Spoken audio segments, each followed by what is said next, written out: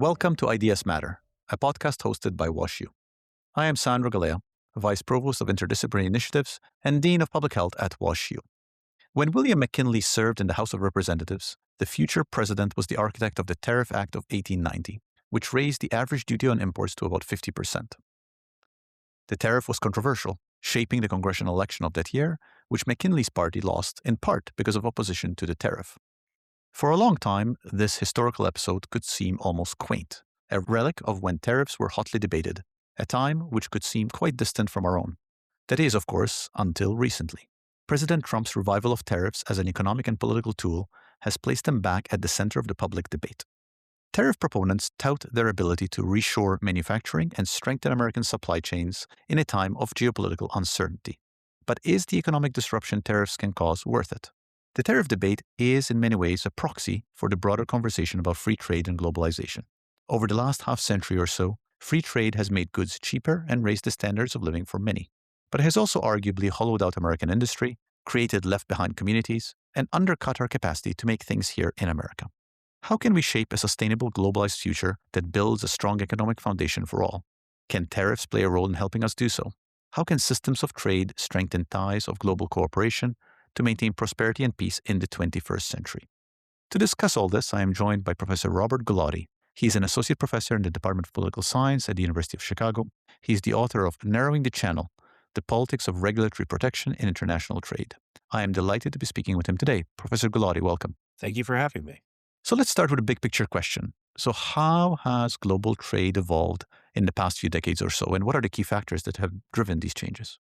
So I'll lay it out in sort of two large buckets. The first is the economic changes that have occurred in the last few decades, and then the political changes. So from an economic standpoint, we're all familiar with globalization, the rise of large multinationals and the spread of global supply chains. But there are three changes that have happened since 2008 that are worth mentioning to start off our conversation. First, after 2008, there's been a slowdown in the rise of trade. Prior to 2008, in the 90s and early part of the 2000s, there was basically, for every 1% increase in GDP growth, there was 2% increase in trade. So trade was double what the growth rate was. After 2008, that growth rate has basically equalized. So now the amount of trade that's increasing is equal to the amount of GDP that's increasing. That's not to say that globalization is reversing by any stretch of the imagination, but the global share of GDP that is made up by trade is plateaued. So we're still globalizing, but we're not at that rapid pace that we saw before 2008. The second thing that has changed in the last few decades is a change in how China has dominated. China's internal reforms that enabled to enter the global trading markets in the 90s and then early 2000s have transformed their economy. So now their share of global manufacturing output went from something like 7% in 2000 to 28% by 2020. That means every manufactured good, about a third of them are produced in China. That's also changing at the same time that China's composition has changed, so that now China's further, I would say, they moved up the value chain. So more of the goods that they export are actually getting a lot of their value from within China, whereas before 2008, a lot of those goods that China was exporting actually embedded in it was a lot of American and Western value. To think of the designs, the R&D, the marketing, all the things that make money from trade, a lot of that was actually resounding to countries outside of China. But now that China's developed the capacity to do those things, it's increasingly becoming national to that country. The third major economic change is something that's continued from the past, but that's basically the rise of these superstar multinational firms. So now IP, branding, management, finance, these are called headquarter services. They're really important as a share of the value that is associated with international trade. So it's no longer just raw goods, but who's deciding how to design those goods? Who's trying to market those goods? And those are all headquarter services that are provided by multinationals. So a very small set of firms are dominating international trade. So those are the three big economic changes that happened in the last 2 decades or so. But from a political standpoint, you see a very different story. First, the main political story for the past couple decades is that the United States has withdrawn its leadership from the global trade regime. There's a bipartisan anti-trade consensus in the United States under both Democratic and Republican administrations, particularly Trump. But it began even under Obama's late term with the collapse of the Trans Pacific Partnership. There's basically been a kind of Washington consensus that all of the efforts that the US made to establish a global trade regime and a global trade world that's kind of globalized went too far and that we need to retrench. So that's a major change, and that's true only the last few decades. The second major political change that, in my opinion, is that a lot of the most salient US exports, it's not that the US doesn't export anything, it's not the US doesn't manufacture anything, but they're very concentrated. This is related to the economic changes.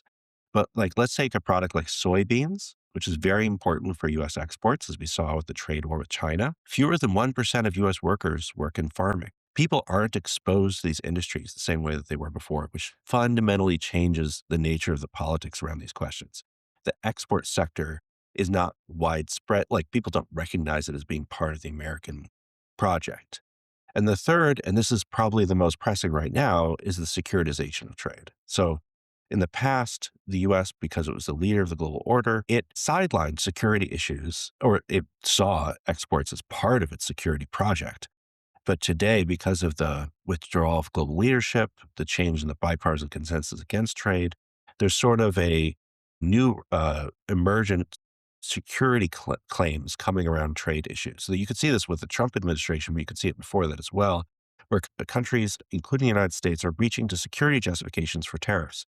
That's a fundamental change from how the General Agreement on Tariffs and Trade was imagined, how the WTO was imagined, these sort of liberal rules-based orders, because it's very difficult to come up with a limiting principle, a rule that describes when and how you can use security claims. So that's the third major change, and I think we could discuss any of those things.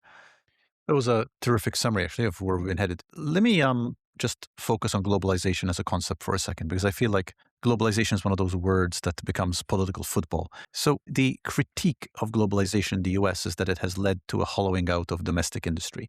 So how correct is that? Is that critique overstated, or is that right? On the one hand, surely the fact that there's a third of manufacturing is now occurring in China of the globe is a sign that the US is not remaining competitive. But there's a question of like, why is the United States not remaining competitive in these sectors? And part of that is because there are alternative industries that are more productive in the United States that people are switching to. So the rise of services and digital technologies are going to come at the expense of other more traditional industrial practices. That's like, there's technological changes that are going to enable that to happen. So to say that like how much of it is because of globalization or not, it's sort of uh, it's mixed up with the fact that globalization facilitates technological adaptation and productivity improvements. And so it's sort of natural that you'd see both a shift away from the old industries into the new industries with the same time as the rise of globalization. That's not to say that globalization can't be directly connected to closure of factories, to the harm that happens in communities. And like I said earlier, there's sort of a concentrated benefit to globalization in the sense that very few firms are the ones that are doing most of the trading. But in terms of the consequences for manufacturing in the United States, it's a little less obvious how to disentangle the forces that enable global trade, the forces that enable fast movement of goods and services across borders, like communication technology and transportation technology, distinguishing those from the forces that also just lead to transitions in the economy. For example, steel in the 20th century was a major employer in the United States and all over the world. But as steel became hundreds or even 1,000 times more efficient, of course, we don't need as many people working in those factories. And so they contract. Now, is that contraction facilitated by trade? Yes, because at the same time the US is adopting these new technologies, other countries are as well. And there's now a robust global market for steel. And well, there was until very recently. So like, it's sort of tied into the same dynamic. All of this is to say is there are industrial transitions that can be very painful for people and painful for communities that are forced to come up with new ways of working and living. But at an aggregate level, the United States is still manufacturing. They're manufacturing more than they ever have in the past. They're still producing soybeans. They're producing more soybeans than they ever have in the past. There's like growth happening. It's just that the composition has shifted away from manufacturing and away from particular parts of the country, which have been, as you said, left behind. So let's now hone in on tariffs for a second, which really has been a topic of much political conversation from when President Trump on the campaign trail called tariffs a very beautiful word. So talk us through the role tariffs have historically played in the economic history of this country, and how have they helped the country's economic health, and how have they harmed it? So when the United States was founded, it was a small country in the sense that there weren't that many people living here, and it was an export oriented economy. But it was also an economy without the sort of infrastructure for taxation that we have today. So the main form of federal revenue came from border taxes or tariffs. And so when McKinley and previous generations of politicians were fighting about the tariff, in part what they were fighting about was just like, what should the size of the federal government be? How much revenue should we be taking in? So that notion of tariffs as a source of revenue was a really important feature of the first half of American history. Around the Civil War, things began to change. And by the time of the emergence of the 1900s, we were shifting to an income tax and other kinds of taxes that made it so that tariffs were less like the sole source of federal revenue. And that allowed the US to think about negotiating tariffs with other countries. So it hasn't really played the same role in the 1900s as it did in the 1800s, where the 1800s, it was really like the way that the federal government financed itself. Now, of course, the federal government is much smaller than it is now, but that's where the money came from, that and land sales.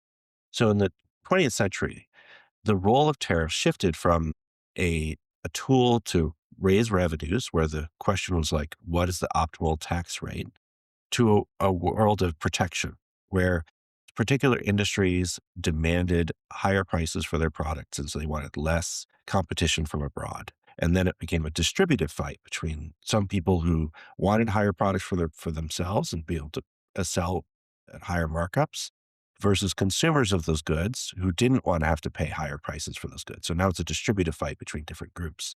In that sort of world, tariffs became a political football. It became a tool for parties to hand out favors to one group or another group. That's always been part of the process, but it really got heightened in the 1930s, to the point that industries were getting protection, one might say, in excess. Like average applied tariffs were very high. We're talking about like 40% or 50% tariffs, which disrupted global trade, actually. So during the 1930s, we discovered at the onset of the Great Depression that the US policy of allowing Congress to allocate tariffs to help their constituents and to aid their allies had this negative consequence for the nation. So the Democrats argued on that basis that we needed a different ground for trade policy, and that's to internationalize it. So there was this moment in the 1930s where there was a debate about how to do that exactly. But the Democratic Party, which has long opposed tariffs because of their historical connections to the South and exporting, they decided to delegate the Article 1 constitutional power of Congress away from where the Constitution allocated the authority to raise revenues toward the president to enable him to negotiate tariffs internationally. So ever since 1934, with the Reciprocal Trade Agreements Act, tariffs went from a source of revenue and a source of like bargaining between groups within the society to an international relations problem. Now tariffs become a bargaining chip, a tool to open up other markets. It's used in the course of signing trade deals, in the course of bilateral agreements, like you could think of NAFTA or the US-Canada agreement before NAFTA, and then into a multilateral system where many countries meet together to negotiate and trade tariff concessions with each other in the General Agreement on Tariffs and Trade. So that's the world that existed, that we still basically exist in now, formed in the moment of the Great Depression, and feeling like the sort of log rolling that was occurring in Congress led to too much protection. It led to an inability to have a stable trade system. And so the shift to a stability, to a more internationalist perspective, coincided with the Great Depression, which allowed the Democrats to take power and then solidify those gains and create a new system, which involved a lot of delegation to the president. So now the president basically uses it as a foreign policy tool in alongside all the other foreign policy tools of the executive. So let me go on from there for a second, because for those of us who are non-experts in this field, it almost seems puzzling that we should not know the answer. Do tariffs actually improve things domestically or not? It seems like it's something that we should know. Guide us through why it's so complicated to know that, and what are the intended and unintended consequences of tariffs as best as we know. So fundamentally, a tariff is a tax, and taxes have the consequence of raising the prices of the goods the taxes are applied to, which means that people who produce those goods can sell them at a higher price, or they can charge a higher markup. Typically speaking, that benefits the producers of those goods. And so if you're just asking, like, do steel producers benefit from a tariff on steel? And the answer is yes. The question is, first, that of course comes at the expense of some consumers. And you might wonder if there was more efficient ways of achieving that end. And the answer is yes. Fundamentally, the problem with tariffs is not that it takes money from people who consume goods and hands it to producers. Any tax does that. The fundamental problem of tariffs is that it distorts the decisions made by both consumers and producers away from what they would have bought otherwise. So I was building a reconstruction project. I had to buy some sinks in the anticipation of the Trump Liberation Day tariffs. What did I do? I bought a bunch of sinks prior to the reconstruction project. It was just sitting around sinks for months in my house. That was inefficient. I wouldn't have done that if I hadn't anticipated the price of sinks would rise. That sort of inefficiency, the distortions that happen when people make choices to avoid these taxes, that's the problem. It's not that I have to pay more and the sink producers get a little bit more profit or something like that. The problem is that all these choices are being distorted. We can think of all the changes that products go through just to avoid a tariff, like the fact that vans can enter the United States at a different rate if they have a cargo door or if they don't, leads to different designs of vehicles that would never be designed in the absence of those tariffs. And those are the kinds of distortions that are the problem with tariffs. It's not the fact that we take money from consumers and hand it to producers, although you could have a problem with that too. And I, as a consumer, don't particularly appreciate it. But, we could achieve that end with more efficient domestic taxes if we were trying to do that. That's the economic story. So let's talk a little bit about the current administration, because of course we're having this conversation. I mean, the topic is interesting, always is, but because this has been a central part of the Trump administration platform, it has been a little bit difficult to keep up with the tariffs, not tariffs, changing all the time. Guide us through what you think the administration has been trying to achieve with these moves, and what, from where you sit as an expert in this, what are the likely near and long-term effects of their current approach to tariffs? So, for one thing, when the second Trump administration was coming into power, they had two broad groups within the expert class that they were drawing on. One believed in a high uniform tariff to try to basically decouple the United States from globalization. They basically thought the United States was too exposed to global markets. We've given up too much in the course of the 20th century, and we need to reverse that and become a more isolationist nation. That's one group of people, and they believe in things like industrial policy, and they're quite new to the Republican Party. Many of them used to be Democrats, but they're like now siding with Trump, believing that this is a way to achieve their protectionist ends. There's another group of people, and this is more traditional within the Republican Party, who saw the tariffs as a negotiating tool, a tool that you could use to extract concessions from foreign partners who have treated us badly in the past. There, the idea is that not that trade is bad, but we need to rebalance that trade more in America's interests. And a high tariff on a particular country can extract all sorts of benefits from them. Trump's intuitions kind of waver between these two, and that's created a lot of the uncertainty that we'd have when it comes to the tariff schedule. Is he siding with the group that just wants a 15% tariff against everyone? Or does he want the freedom to be able to raise a 200% tariff sometimes and not all the time? And that sort of fundamental uncertainty continues to play out as he hasn't really taken a position on this sort of a larger question. Now, at the same time, all of this uncertainty that is introduced by his wavering also benefits the first group who believes the U.S. should decouple, because uncertainty destroys the possibility for trade. If you think about what are the main challenges with international trade, is that you have to put your goods on a boat and then it leaves for a long time and you don't get paid until it's sold later. That creates this need to have like investment in the future. international trade doesn't work very well if you don't know what price your products are going to be sold at the point it's sold. And a tariff that gets put in place randomly makes it very difficult for you to plan or invest in international trade. And so few firms are able to do that that it concentrates the set of firms that are acting in this area. So the fact that Trump is able to come up with so much uncertainty in the policy space has the effect of a uniform tariff on the whole world, because it's basically depressing international trade on its own. So there's sort of a side benefit of the sort of uncertainty that he's introducing if you're a protectionist. Now, there are other issues going on here, and I think the most important one in the recent news is that at no point over the course of the second Trump administration, or even back to the first administration, did the Trump administration attempt to legislate tariffs. Now, Article 1 of the Constitution, even though there's a lot of powers delegated to the president, still says Congress has the power to raise taxes, including tariffs. And at no point did he turn to Congress and try to persuade his Republican colleagues and the people within the House that it would be a good idea to back his trade program. And that's left him with these powers that were delegated to the president for the purposes of negotiation in the 20th century.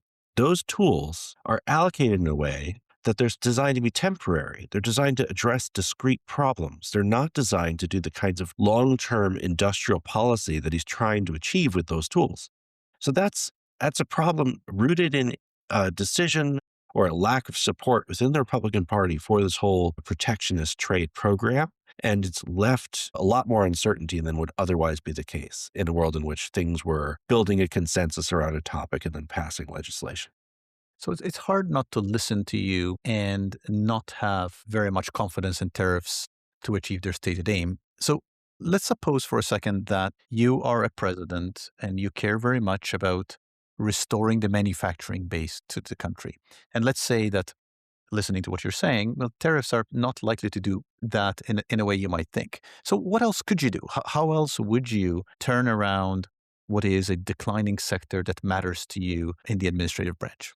Absolutely. I think this is a really important question and one that the Biden administration struggled with, although the Biden administration also wasn't that enthusiastic about international trade. They adopted a different strategy fundamentally, which is industrial policy. That is targeted subsidies to the manufacturing sector in an attempt to reorient the industrial activities toward sectors they thought would be good for the future: electrical vehicles, solar panels, green transition. That was an attempt to try to marry their other interests in climate mitigation and adaptation with this sort of desire to support American manufacturing. There, the idea is spend subsidies. The subsidies are then taken from the general tax base and aren't as distortionary as a tariff, and then target them to the sectors you want to advance in the manufacturing. I understand what they were trying to do. And I think from a political perspective, marrying, the green interests and these sort of industrial interests makes a lot of sense for passing legislation and for getting people excited within the Democratic Party. I think there were a lot of challenges with actually convincing even the Democratic Party to go that far. So I'm not saying that there are easy political solutions to this problem, but fundamentally, the challenges we face in manufacturing are the challenges we face in the rest of society. That is, improving our infrastructure, ensuring that places can have access to transportation networks, making sure that roads and bridges are working properly, making sure that there's an educated workforce that can contribute to these manufacturing sectors. Those are the key things that need to happen. Yeah. So I would say industrial policy is really tough, but there are some things that seem to have been successful in the past. A broad-based education system in the United States, a lot of internal mobility across places so that people can find work where there is work to be had, a housing system that doesn't force people to be stuck in regions that are in decline. These are things that could be addressed, but they're very difficult, of course, but they could be addressed through concerted federal effort. What do you think about other regulation as a protective influence in place of or perhaps with tariffs?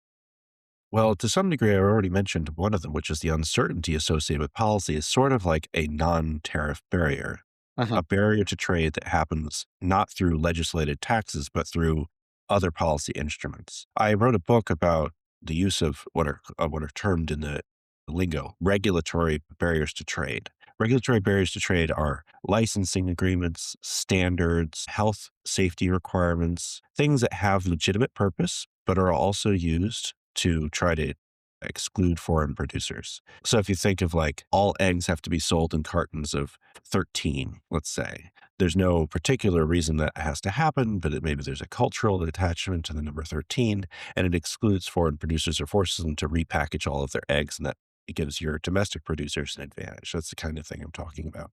Now, these regulatory barriers to trade, one of the interesting things about them is that very much like uncertainty, it benefits the largest firms. They're the ones who have the lawyers that can demonstrate compliance with the safety or health standard. They're the ones that are able to reformat their production processes in each market so that they meet the local requirements. And so it's very distortionary in terms of the composition of trade, and it decreases the shared sort of collective involvement in trade when these barriers are put in place. But I think one of the things that has happened under this current administration is a recognition that there are benefits to having transactional relationships between the government and individual firms. And so I see this as being an easy area for Trump to switch to now that the Supreme Court has recognized that the powers of the president are limited when it comes to raising emergency tariffs under a security pretense. So where do you see all this going? President Trump came into power with tariffs having been a large part of his platform. He followed through on that. To his credit, he sort of did what he said he was going to do. It has resulted in a lot of uncertainty, a lot of instability, and there had been a number of reversals of tariffs that were initially imposed and then unimposed. So I know it's next to impossible to predict, but what do you think will happen for the rest of this administration? And then what do you see a next administration doing, building on this, or perhaps going in a totally different direction? Well, one possibility, and the one I just alluded to, is that given that he's very unlikely to legislate tariffs, he's very unlikely to get Congress on board with tariffs. He doesn't have a consensus within the Republican Party, and he's very unlikely to get Democrats on board with anything like that if they take over the House, which they seem primed to do. This is all to say, he's going to have to look for other policy instruments. And one of the most obvious ones and the easiest ones to go to would be to wield the regulatory power of the federal government to strike individual coercive regulations against firms, to try to extract concessions, not just from other states, but from other individual producers. It'll be very difficult to prevent him from doing that. I think Article 1 does constrain tariff setting, but it doesn't constrain all regulation. And so I think that will be a natural place for Trump to go, adopting basically arbitrary rules and standards to extract concessions from foreign countries. So it's an unsettled time, and we are in this moment of, there's certainly quite a bit of extracting concessions from countries going on. What in this moment gives you hope?